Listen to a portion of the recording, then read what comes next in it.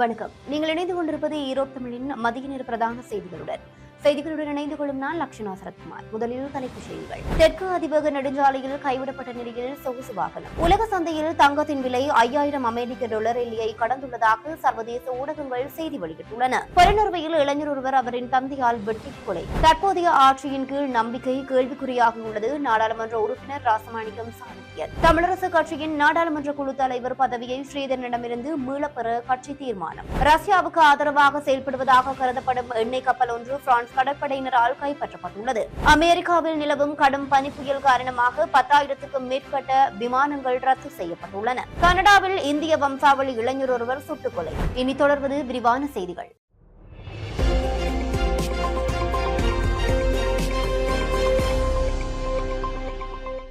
தெற்கு அதிவேக நெடுஞ்சாலையில் கைவிடப்பட்ட நிலையில் சொகுசு வாகனம் ஒன்றை காவல்துறையினர் கைப்பற்றியுள்ளனர். வீதி அபிவிருத்தி அதிகார சபைக்கு கிடைத்த தகவலுக்கமைய தெற்கு அதிவேக நெடுஞ்சாலையில் அபரக்க மற்றும் பொலிகத்த பகுதிகள் இடைப்பட்ட 140 கிலோமீட்டர் மைல்கல் அருகே சந்தேகத்திற்குரிய வாகனம் ஒன்று கண்டுபிடிக்கப்பட்டுள்ளது. அதிவேக நெடுஞ்சாலை போக்குவரத்து போலீஸ் அதிகாரிகள் வாகனத்தை மேலதிக விசாரணைகளுக்காக திககொட போலீசாரிடம் ஒப்படைத்துள்ளனர்.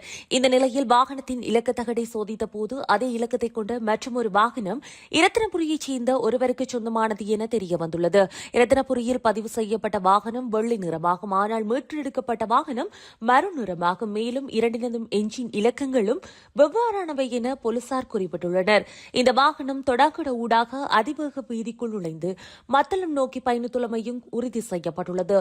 திககொட போலீஸ் நிலையத்திற்கு கொண்டு செல்லப்பட்ட இந்த வாகனம் சோதனையிட்ட போது அதற்குள் குருநாகல் பகுதியில் உள்ள பிரபல பாடசாலை ஒன்றின் பெயரை கொண்ட சான்றிதழ் மற்றும் நாட்குறிப்பு ஒன்றும் கண்டெடுக்கப்பட்டுள்ளது.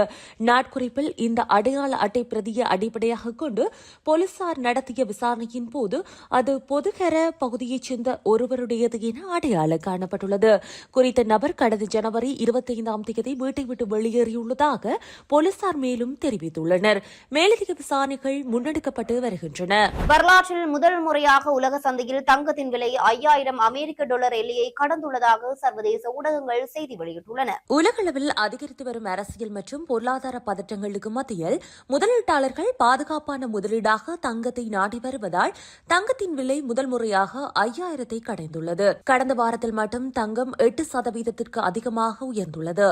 இது 2008ஆம் ஆண்டு உலக நிதி நெருக்கடிக்கு பின்னர் ஏற்பட்ட மிகப்பெரிய வாராந்திர உயர்வாகும். ஒரு அவுன்ஸ் தங்கத்தின் விலை $54.95 வரை வரலாற்று ரீதியாக அதிகரித்துள்ளதாக தெரிய வந்துள்ளது.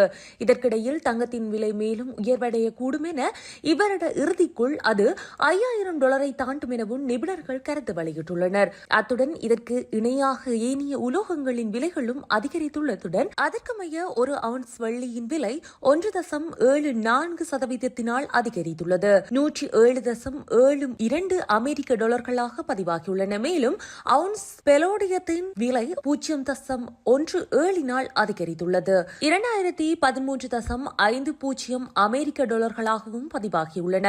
அமெரிக்க டாலர் அதன் முக்கிய நாணயங்களுடன் ஒப்பிடுகையில் வெள்ளிக்கிழமை கணிசமாக வீழ்ச்சியடைந்தமையும் குறிப்பிடத்தக்கது. பொலனறுவையில் இளைஞர் ஒருவர் அவரின் தந்தையினால் வெட்டி படுகொலை செய்யப்பட்டுள்ளார். இந்த சம்பவம் பொலனறுவை மெதிகிரிய பிரதேசத்தில் நேற்றைய தினம் இடம்பெற்றுள்ளது.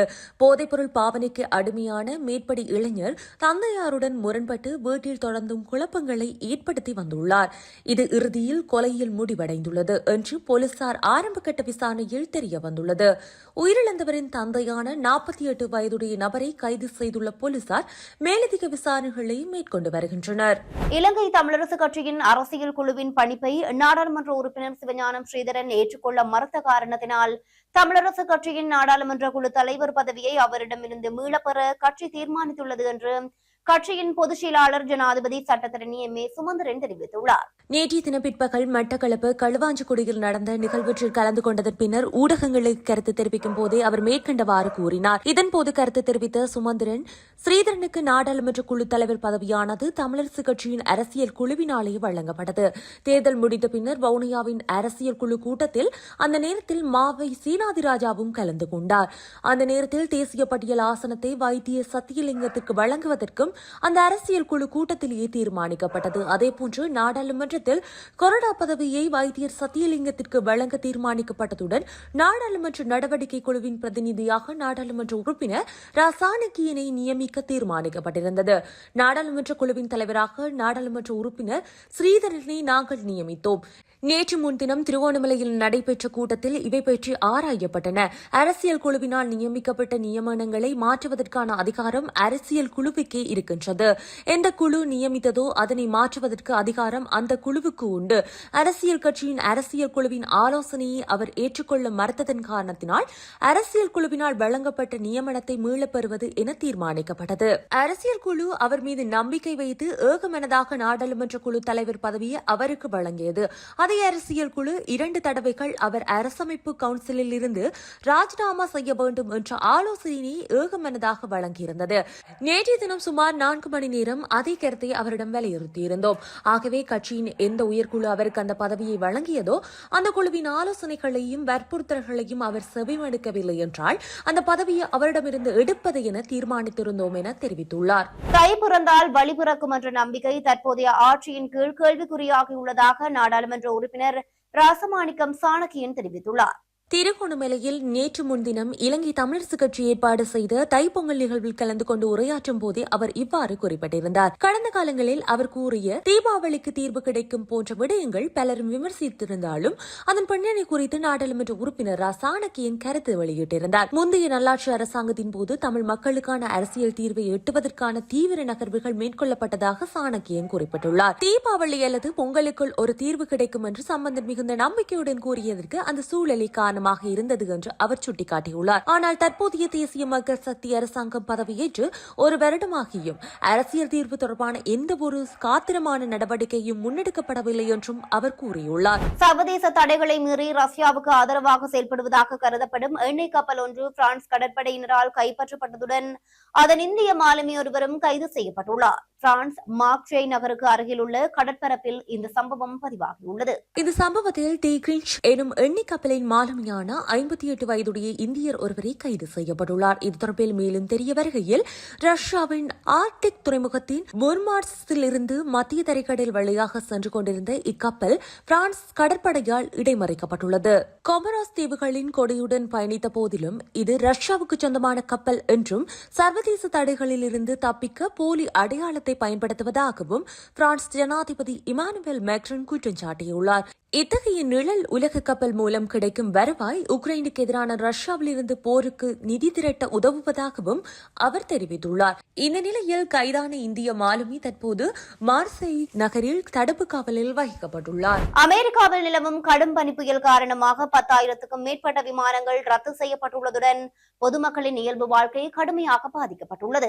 அமெரிக்கா முழுவதும் ஞாயிற்றுக்கிழமை இச்சம்பவம் பதிவாகியுள்ளது. இந்த இயற்கை சீற்றத்தினால் நியூ மெக்சிகோ தொடங்கி நியூ இங்கிலாந்து வரையிலான பகுதிகளில் வசிக்கும் சுமார் 14 கோடி மக்கள் மற்றும் 20 மாகாணங்களைச் சேர்ந்தவர்கள் பாதிக்கப்பட்டுள்ளனர். இது தொடர்பில் மேலும் தெரிய வருகையில் ஈஸ்ட் டெக்சாஸ் தொடங்கி நார்த் கரோலினா வரையில் பனிப்புயல் வீசக்கூடும் என வானிலை ஆய்வு மையம் எச்சரிக்கை விடுத்துள்ளது. இதன் காரணமாக 10,000க்கும் மேற்பட்ட விமானங்கள் ரத்து செய்யப்பட்டுள்ளதுடன் 8,000க்கும் அதிகமான விமான சேவைகள் தாமதமாக இயக்கப்பட்டதாக பிளைட் அவைத்தளம் தெரிவித்துள்ளது. மேலும் பல பகுதிகளில் மின்சார விநியோகம் துண்டிக்கப்பட்டுள்ளதால் 8.5 லட்சத்திற்கும் மேற்பட்டோர் மின்சாரமின்றி தவித்து வருகின்றனர். கனடாவில் இந்திய வம்சாவளி இளைஞர் ஒருவர் சுட்டுக் கொல்லப்பட்டுள்ளதாக சர்வதேச ஊடகங்கள் செய்தி வெளியிட்டுள்ளன. வான்கூவரைச் சேர்ந்த இந்திய வம்சாவளியான தில்ராஜ் சிங் கில் எனும் 28 வயதுடைய இளைஞரை இவ்வாறு சுட்டுக் கொல்லப்பட்டுள்ளார். பிரிட்டிஷ் கொலம்பியா மாகாணத்தின் ஃபர்னபி பகுதியில் இச்சம்பவம் இடம்பெற்றுள்ளது. சம்பவம் தொடர்பில் மேலும் தெரிய வருகையில் குறித்த பகுதியில் துப்பாக்கிச்சூடு இடம்பெற்றிருப்பதால் காவல்துறையினருக்கு தகவல் வழங்கப்பட்டிருந்தது. இதையடுத்து சம்பவ இடத்திற்கு விரைந்த காவல்துறையினர் இளைஞரை மீட்டு மருத்துவமனைக்கு அனுப்பி வைத்துள்ளனர். இருப்பினும் குறித்த இளைஞர் சிகிச்சை பலனின்றி உயிரிழந்துள்ளார். பிரிட்டிஷ் கொலம்பியா கும்பல் மோதல் காரணமாக இந்த கொலை சம்பவம் நிகழ்த்தப்பட்டிருக்கலாம் என அதிகாரிகள் சந்தேகம் வெளியிட்டுள்ளனர். குறித்த துப்பாக்கிச்சூடு சம்பவம் நடந்த சில நிமிடங்களிலேயே அங்கிருந்து சில கிலோமீட்டர் தொலைவில் பக்ஸ்டன் தெருவில் கார் ஒன்று தீப்பிடித்து எரிந்துள்ளது. இந்த நிலையில் வாகனம் தீயிட்டு எரிக்கப்பட்ட சம்பவம் துப்பாக்கிச் சூட்டு சம்பவத்துடன் தொடர்புடையதா என்ற சந்தேகத்தில் விசாரணைகள் ஆரம்பிக்கப்பட்டுள்ளதாக தெரிவிக்கப்படுகின்றது. மேலும் சம்பவம் தொடர்பில் அதிகாரிகள் விசாரணைகளை தீவிரப்படுத்தியுள்ளமையும் குறிப்பிடத்தக்கது.